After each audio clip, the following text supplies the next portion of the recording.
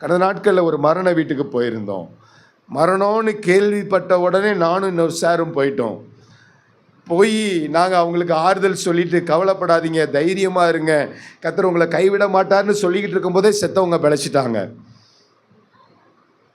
செத்தவங்க பிழைச்சி அவங்க கணவனை வர சொல்லி பார்த்து அவங்க அந்த பாவ மன்னிப்பு, நான் ஏதாவது உங்கள் மேலே தப்பு செஞ்சிருந்தேன்னா மன்னிச்சிடுங்க, உங்கள் மேலே என் மேலே ஏதாவது உங்களுக்கு கசப்பு இருந்தாலும் நீங்கள் மன்னிச்சுக்கோங்க, நான் உங்கள் மேலே எந்த கசப்பையும் வச்சுக்கல அப்படின்னு சொல்லி 2 பேரும் சமரசம் ஆயிருக்கிறாங்க.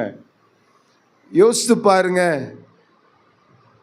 நாங்கள் அப்புறம் யோசித்தோம், எவ்வளோ ஒரு அற்புதம். அவர் சொல்கிறாரு எங்களை பார்த்துட்டு, ஃபாதர் நீங்கள் வந்துட்டு பேசிக்கிட்டு இருக்கோம், நாங்கள் பேசிக்கிட்டு இருக்கோம், ஃபோன் கால் வருது, இந்த மாதிரி உயிரோடு வந்துட்டாங்க, உயிர் வந்துடுது, பேசுகிறாங்க அப்படின்ட்டு.